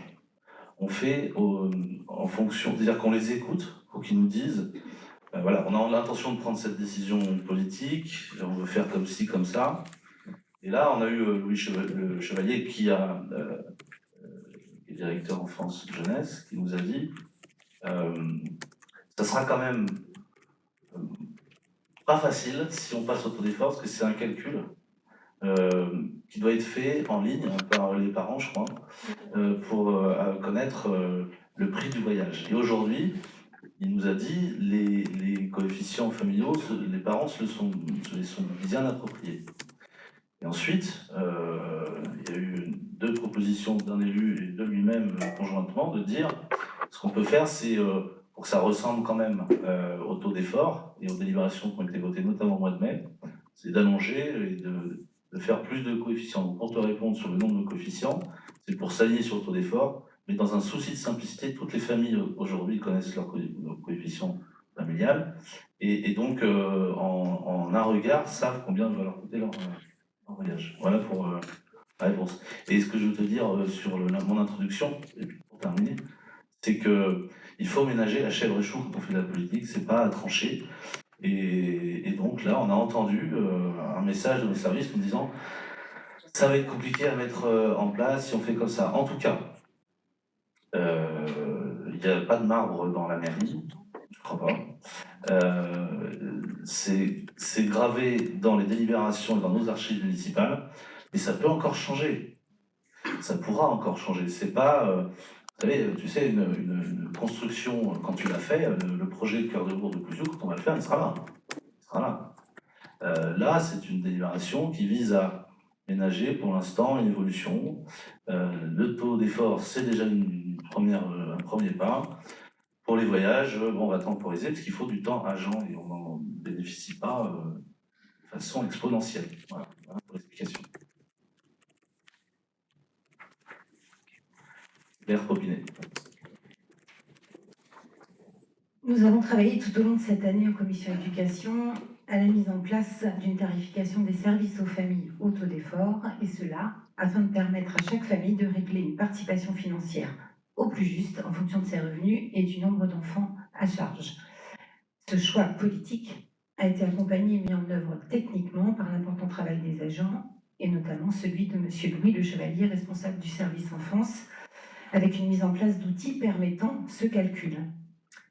Ce changement dans la politique tarifaire a été accompagné par des temps de présentation et d'explication aux familles pour aborder sereinement ces modifications à partir de cette rentrée. Vous nous présentez ce soir des tarifs basés non pas sur le taux d'effort, mais sur le calcul du quotient familial. Comme je l'ai évoqué lors de la dernière commission éducation présidée par Mme Fallour, adjointe à l'éducation, proposer 2 modes de calcul de tarification crée la confusion pour les familles et remet en cause ce choix politique qui est celui de la participation financière au plus juste et au plus près des familles, alors que le travail a été fait pour le reste des services et que l'outil pour ces calculs existe désormais. Nous sommes évidemment pour le départ en séjour des enfants, mais pour le choix que vous faites de revenir à ce mode de tarification, nous allons nous abstenir. On n'y revient pas, on reste dans l'actuel et on change le nombre de QF pour l'instant. Voilà. Mais merci pour cette remarque, votre opinion, votre point de vue. Est-ce qu'il y a d'autres remarques, d'autres... Non ? Tu peux avancer sur le vote de la délibération. Donc, qui est contre ? Qui s'abstient ? C'est adopté, merci. 8e délibération. Création de postes. Création de 9 postes emploi non permanents en contrat engagement éducatif CEE du 5 octobre 2024 au 31 octobre 2024. Dans le cadre du BAFA du territoire et des activités du centre de loisirs d'espace jeunes, et dans le but de répondre aux besoins d'accueil des enfants, il est proposé de créer 9 postes d'emploi non permanents, contrat engagement éducatif CEE, pour la période du 5 octobre 2024 au 31 octobre 2024. Qui correspond aux vacances de la Toussaint. Avez-vous des questions? Qui est contre? Qui s'abstient? C'est adopté, merci. La dernière délibération, la 9, création d'un poste d'emploi non permanent en contrat engagement éducatif CEE du 25 septembre 2024 au 19 février 2025 pour les mercredis après-midi. Toujours dans le cadre du BAFA du territoire et dans le cadre des activités du centre de loisirs de l'espace jeune, et afin de répondre aux besoins d'accueil des enfants, il est proposé de créer un poste d'emploi non permanent, contrat engagement éducatif CEE, pour les mercredis après-midi, pour la période du 25 septembre 2024 au 19 février 2025. Avez-vous des questions? Qui est contre? Qui s'abstient? C'est adopté, merci. Merci. 10e délibération, création d'un poste d'ADSEM à temps non complet pour un accroissement temporaire d'activité. Alors, cette délibération annule et remplace une délibération actée et validée, votée, au mois de juillet, au début de l'été. Il s'agit de la même personne, Amy, qui fait un excellent travail. Les services avaient annualisé son temps de travail sur 10 mois. C'était une petite erreur, donc c'est juste un remplacement, c'est sur 12 mois. Pour qu'elle puisse travailler également en juillet et en août, l'été où il y a un besoin, notamment pour l'entretien et le ménage dans les bâtiments. Voilà. Ça lui permet de travailler sur 12 mois plutôt que 10. Alors, puisque j'ai compris qu'a priori ça pouvait concerner quelqu'un de ma famille, je ne participerai pas au vote, bien évidemment. Très bien. Qui est contre? Qui s'abstient? C'est adopté. Merci. 11e délibération, je vais la présenter. Guillaume Robin a été empêché ce soir. Création d'un poste d'adjoint technique à temps non complet pour accroissement temporaire d'activité. Alors, il s'agit d'une dame qui travaillait chez nous, c'est Alexandrine, je crois, c'était Alexandrine qui faisait l'entretien des locaux des écoles et de la mairie notamment. Elle est partie, on lui souhaite bon vent, au département pour travailler maintenant dans les collèges.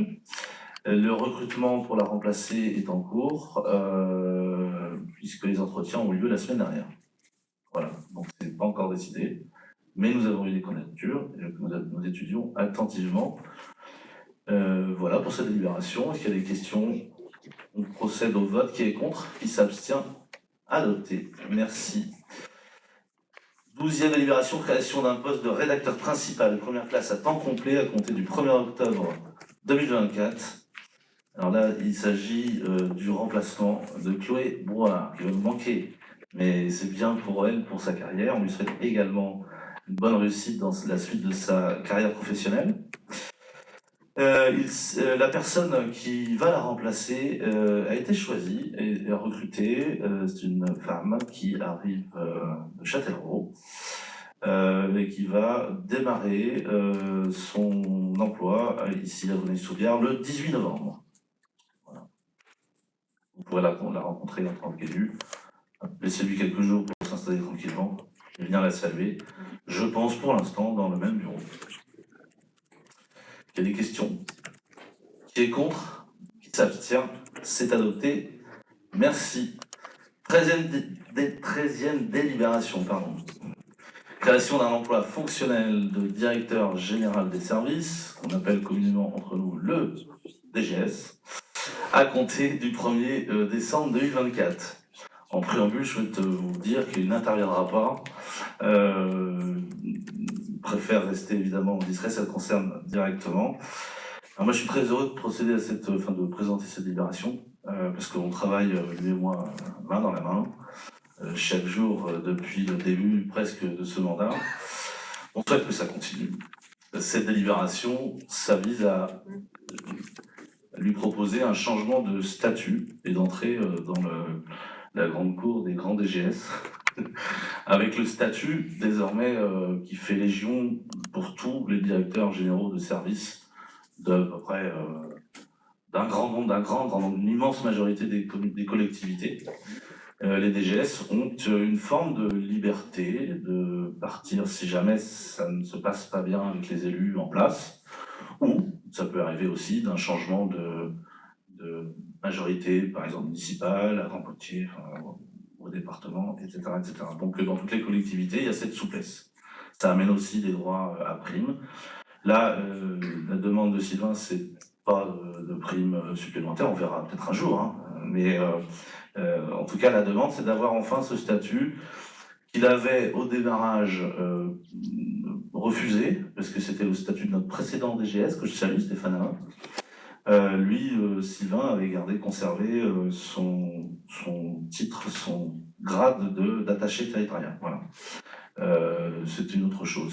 C'est une délibération assez technique qui la concerne directement. Mais moi, je trouve que c'est un signe qui s'inscrit dans la durée, en tout cas à mes côtés jusqu'à la fin de ce mandat. Après, on verra. Mais surtout, l'entrée dans la cour des grands avec ce statut de DGS qui est plus conforme à son envergure désormais. Est-ce qu'il y a des questions? Qui est contre? Qui s'abstient? C'est adopté. Merci. 14e, je ne me trompe pas, 14e délibération, nomination du coordonnateur communal. Alors là, c'est une coordonnatrice, je ne me trompe pas. Nomination de la coordonnatrice communale du recensement de la population et des agents municipaux chargés de la préparation et de la réalisation des enquêtes de recensement. Il s'agit donc d'une délibération visant à régulariser l'arrivée dans notre équipe, dans l'équipe des agents de Venay-sous-Biard, de Nathalie. J'ai plus son nom de famille.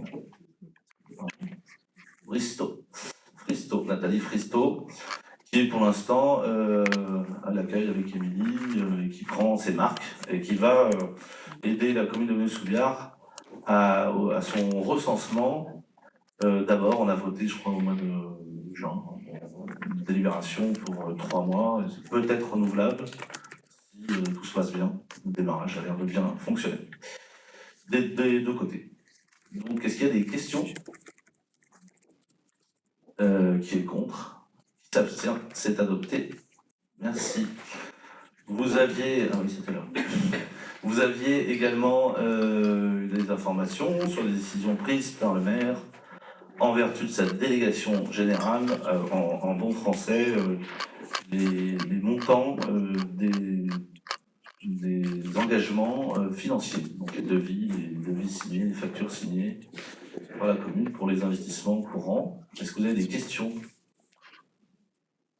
Pas de questions, pas de remarques? Eh bien, écoutez, je vous remercie.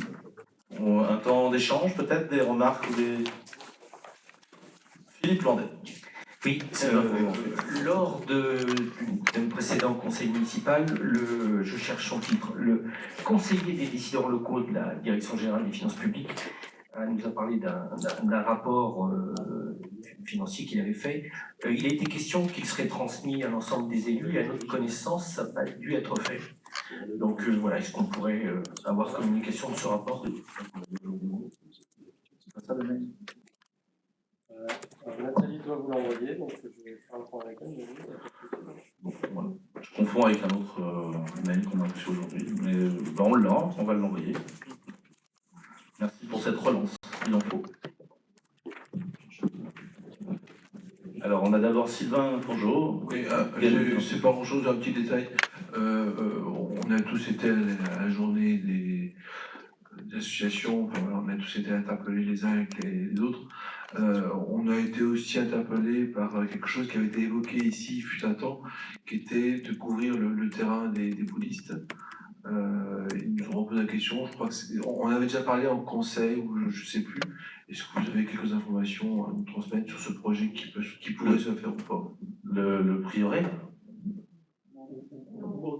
Alors nous, on cherche partout des partenaires. Il y a une question budgétaire. Voilà, moi, ce que je peux dire, on souhaite vraiment le faire, mais... Ça ne devait pas être fait en régie, enfin... Ah non, ça ne sera pas fait en régie, c'est des travaux, des vrais, il y aura probablement un marché public, enfin il y a... Donc la volonté de l'équipe majoritaire, c'est de le faire. Maintenant, il faut le bon partenaire, il faut faire procéder à la réglementation légale. On respecte systématiquement, bien sûr. Ça serait bien en photovoltaïque. Ça serait bien comme ça que le photovoltaïque finance la mal. Voilà. J'ai une demande suite à l'intervention d'Emma, demoiselle Mère Junior. Oui.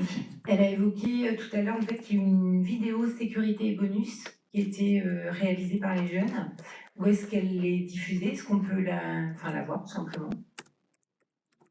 Moi, j'en ai pas connaissance. Je l'ai pas vu. Je reviens vers toi là, je crois. Elle était présentée, mise en ligne. Présentée à la journée des jeunes. Mois de juin. Oui, au mois de juin. En juin, la journée des jeunes. On l'a présentée, il y avait une... Ah, la soirée, oui. Pardon. Comment il appelle ça? Oui, la jeunesse, je sais pas, ouais. Avec les fin juin. Fin juin, c'est la deuxième année. Mounir et Laïmour, qui s'occupent des jeunes, ont fait une soirée. Et je crois que tu es venu. Non, c'était pas disponible ce soir. C'était l'an dernier, oui. Et donc, oui, la soirée de la jeunesse, c'était la deuxième édition cette année. C'est la vidéo qui a été, d'accord, la vidéo qui a été présentée à ce moment-là. Bon. Est-ce qu'on peut avoir un petit lien peut-être pour qu'elle puisse être, on va la pour qu'on puisse savoir. Ouais.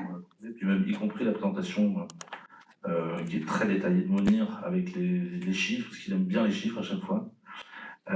C'est vrai, mais au moins c'est qualitatif et quantitatif. Un clin d'œil au passage, il fait un travail formidable. Formidable. Et on a de plus en plus de jeunes qui viennent, qui se connaissent et qui communiquent entre eux et qui lâchent un peu leurs écrans. D'autres remarques? Gaël Bultel. Moi j'ai un message à vous faire passer de la part d'Alain Buzyn, qui est absent ce soir. Il voulait vous informer que du 30 septembre, alors il a oublié que j'avais des problèmes de vue, il voulait vous informer que du 30 septembre au 6 octobre aura lieu la semaine nationale des retraités et des personnes âgées.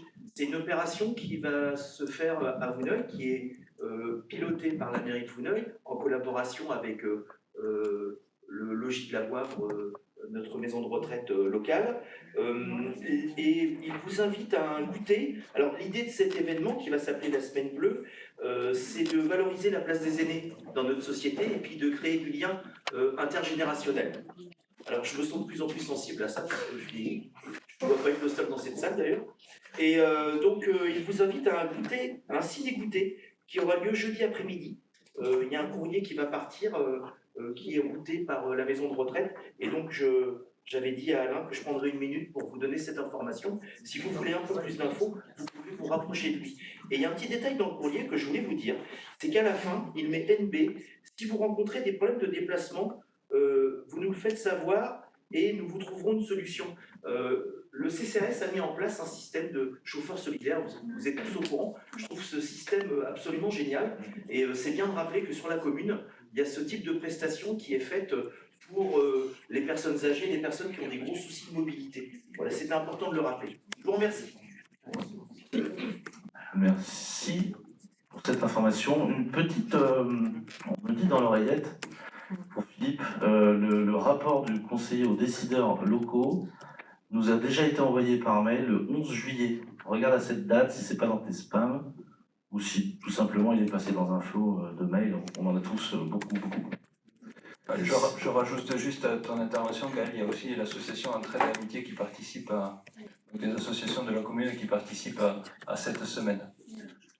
Moi, je voulais revenir juste sur une information que vous aviez demandée lors du précédent conseil municipal concernant le conseil des sages.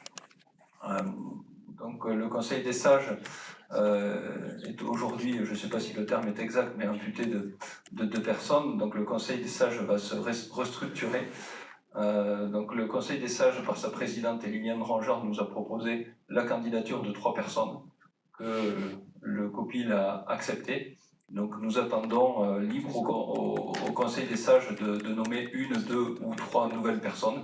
On leur laisse la main, on a donné notre accord sur les personnes qui nous ont été proposées.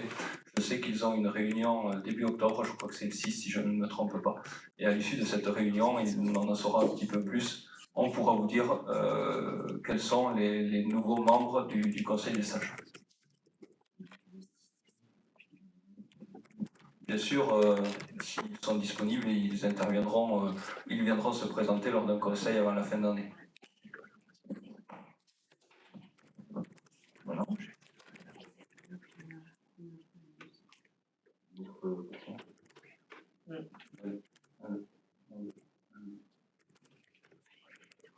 Dans mon oreillette, on me dit que c'est le 7 octobre et pas le 6.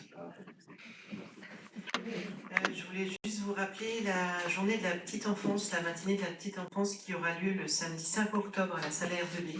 C'est la 4e matinée, c'est la 4e année pardon, que se fait cette matinée-là. Donc je vous invite à aller venir voir le personnel de la petite enfance et les assistantes maternelles de notre commune. Je vous remercie. Pas d'autres sujets ? Écoutez, je nous libère. Le conseil municipal est clos. Merci. On se retrouve le 16 octobre, ici même et à la même heure. Au revoir.